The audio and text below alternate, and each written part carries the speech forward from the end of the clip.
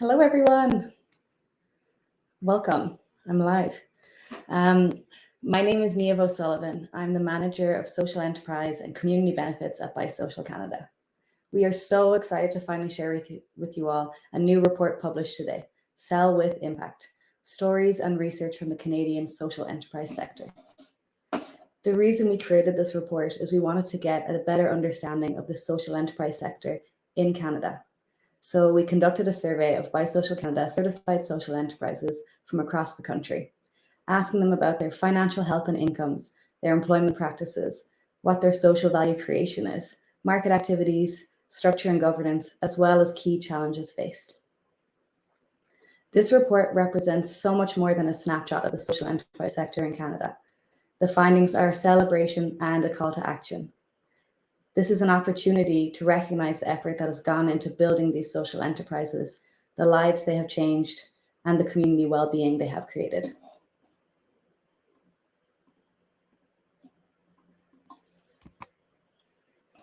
As most of you know, a social enterprise is a business that sells goods or services, has a social, cultural, or environmental mission, and reinvests the majority of their profits back into their mission, prioritizing people and planet over individual owner and shareholder wealth. The survey data and stories shared in the report affirm that social enterprise is a powerful business model to tackle challenges in our economy and communities face.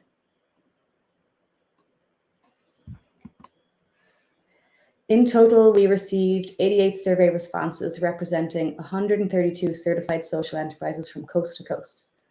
We know the research presented in this report doesn't capture all social enterprises in Canada, but Social Canada has certified 212 social enterprises. But there are many more social enterprises. Some don't even see themselves as a social enterprise, or they aren't aware of what a social enterprise is. We'd like to say a huge thank you to everyone who took the time to fill out the survey and share additional stories of impact and innovation with our team. Without you, we would not have this report today, or perhaps even this event. So the report is massive, almost 60 pages long and full of gems of information.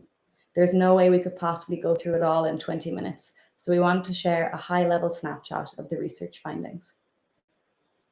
At their core, social enterprises are mission-driven.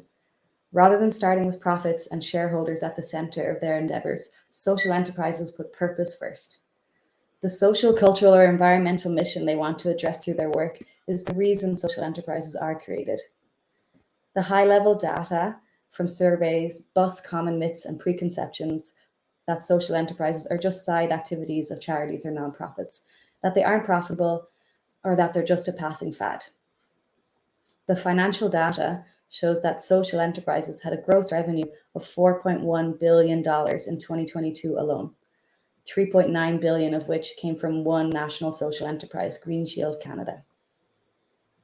And it's great to report that 70% of respondents also say their financial health is breaking even or better.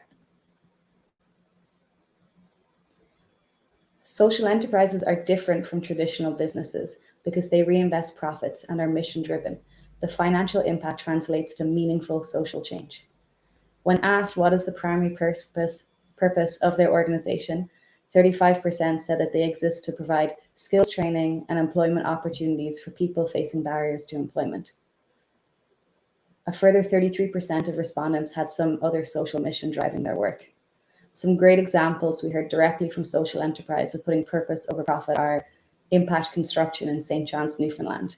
They shared that in 2022, they employed 37 youth and reduced the number of youth on income support by 46%. Another great example is Embers, an employment and day labor organization in Vancouver's downtown east side. They shared that they've helped thousands of people come off the streets, become employed, and move on to higher career levels. One example, Mike, that's not his real name, he was a recovering addict. Embers placed him as a general laborer on a job.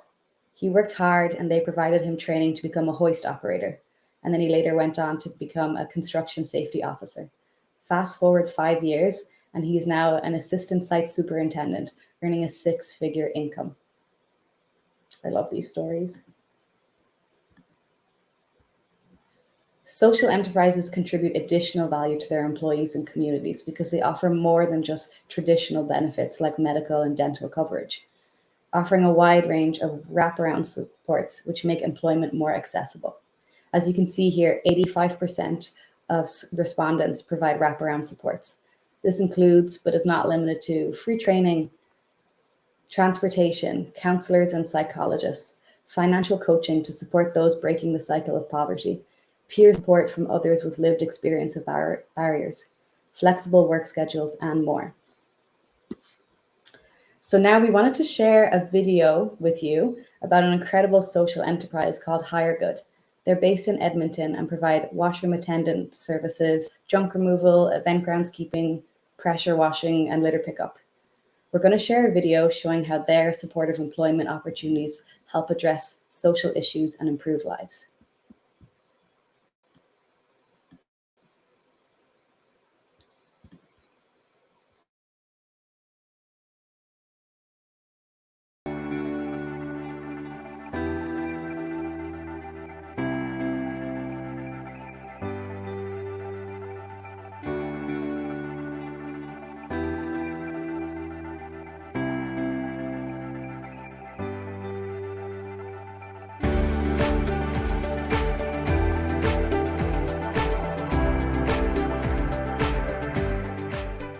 Hire Good is the social enterprise that is owned by Boyle Street Community Services.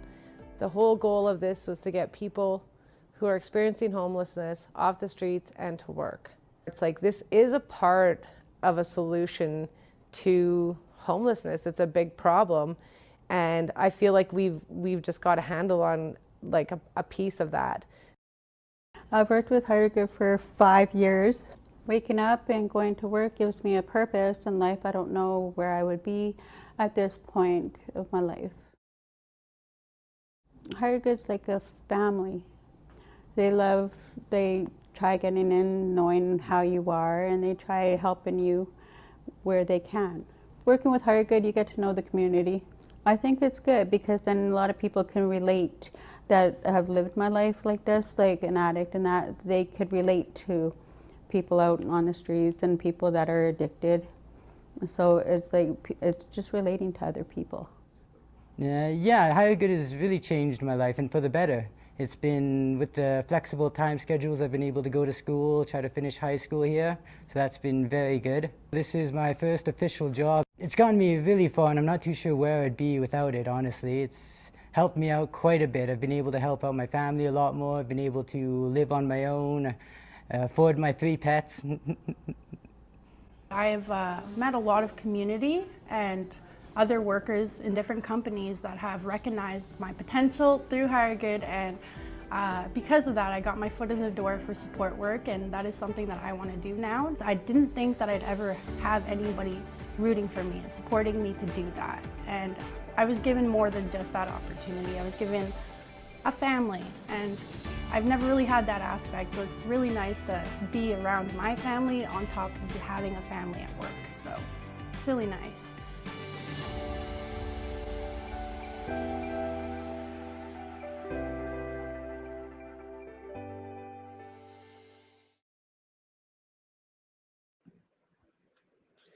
I love these videos. I've watched them so many times and it still just gets me every time.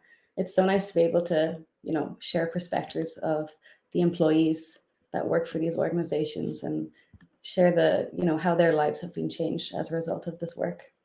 So thank you to Hire Good for allowing us to share this video. We really appreciate it. Okay, onwards. We have more data to share with you. We know that employment is a key focus for many social enterprise. The research shows that survey respondents employ over 9,000 people across the country, and they paid $141 million plus in employee wages in 2022. Now, we didn't receive data from Green Shield, but given that their revenue's in the billions, we imagine you can add a few extra zeros onto the end of that number. As we know, social enterprises can sell everything, with food and catering, employment services, education services, consulting, and cleaning topping the list for most common categories of goods and services sold. One food and catering social enterprise is Diced Culinary in Vancouver. They've put almost 730 students through their brick and mortar culinary school and prepared almost 3.4 million meals to the at-risk, marginal and seniors at-risk population in the Vancouver area. One last myth is that social enterprises are a fad and they do not stand the test of time. We know this is not the case, as many have been around for over 50 years. One example is in the Maritimes, where there's a strong history of social enterprise activity. There's Dartmouth Adult Services Centre, which supports the being, belonging, and becoming of adults with intellectual disabilities through employment social enterprises. They've been around for over 50 years. Another is Metro Works in Nova Scotia. They first started their enterprising activities in 1977, and its longest running social enterprise has been in continuous operation for over 40 years, since 1982.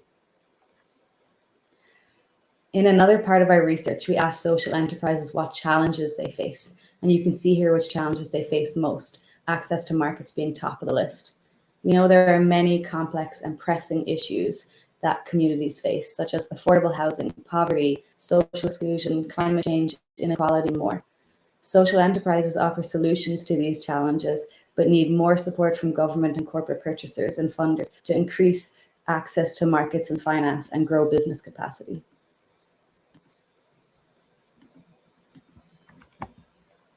We also asked social enterprises what could help address the challenges and they recommended 3 main solutions to help social enterprises thrive and grow.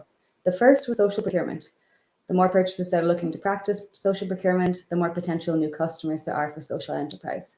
The more people buy from social enterprise, the more they can grow their impact, whether that's training and employing more people, or reinvesting back into their charities, funding programs, preventing waste going to landfill, whatever their mission may be. Social procurement allows them to create more impact. Another solution that was strongly emphasized was the importance of raising awareness about social enterprises and the social value they provide. Part of this includes changing the narrative and perception of social enterprises so that they're seen as viable businesses rather than charitable organizations. And lastly, another big piece of the puzzle that continues to be is access to financing. There needs to be a way to improve access to funding that is inclusive for hybrid social enterprises and nonprofits. The Business Development Bank of Canada is one example, but also Community Futures, Futurepreneur, and Small Business Services. Now we're going to share another video. This is about the Raw Carrot. They're a food social enterprise based in Ontario, and they have 4 franchise locations. We're going to hear from one of their employees, Laurie, about their experience of working at the Raw Carrot.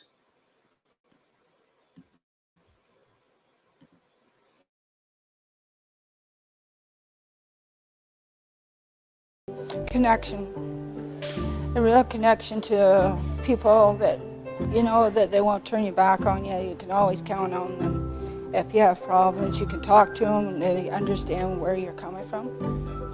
The Raw Carrot is a foundation for people that are on disability pension to help support them with their finances, and also it also gives us an opportunity to learn.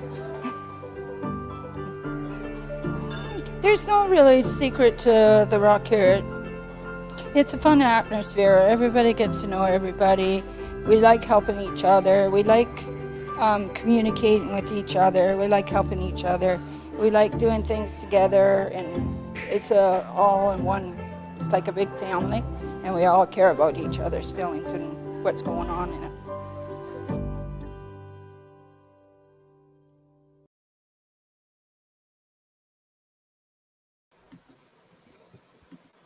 Thank you so much to the Raw Carrot. Once again, these videos are so great. Like I said, it's one thing to talk about all this data, but to spotlight the individuals and share their stories is so key.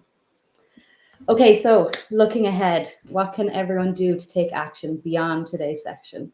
There are so many different ways you can become connected to our network if you're already not a part of it. I can see in the chat, there's some old friends and new faces that have joined today. Thank you all for coming. If you work for a social enterprise, or you'd like to learn more about social enterprise, please reach out to me and perhaps become a certified social enterprise. Join our network. We have a lot of engagement opportunities, such as various social procurement roundtables. We have an online community of practice. We often host regional and in-person events and trade shows. and we connect suppliers with purchasers.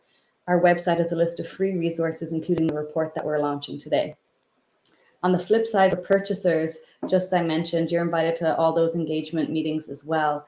We can offer customized support where we can design your own journey. As we know, each organization has different goals and needs, whether that's designing a social procurement policy or developing tools to identify social and diverse businesses within your own supply chain.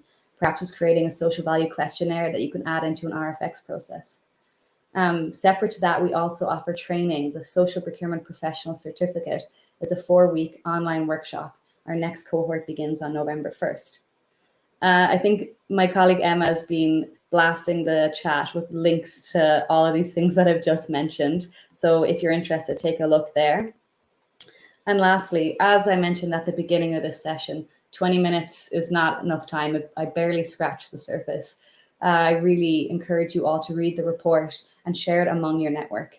If there's one big ask we want to be taken away from today's event, it's to raise awareness and push and advocate for social enterprises across Canada at every level of government.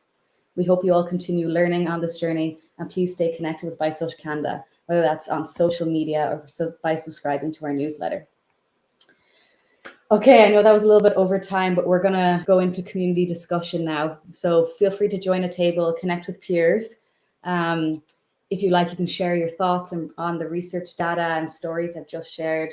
And I think there'll be some optional discussion prompts put in the chat about, did anything surprise you? What are your key takeaways? How did the research make you feel? And then following the discussions at 11 a.m. Pacific time or 2 p.m. Eastern time, or at the top of the hour, whatever time zone you're in, we're going to start another panel. We'll hear from Gerbine Basin, Caroline Harding, and Andy Horsnell about social enterprise capacity building. And they'll build on some of the conversations raised in the report and share what types of supports are already available and what's still needed in the sector. Thanks so much, everyone. I look forward to chatting with you all soon. Enjoy the rest of the session.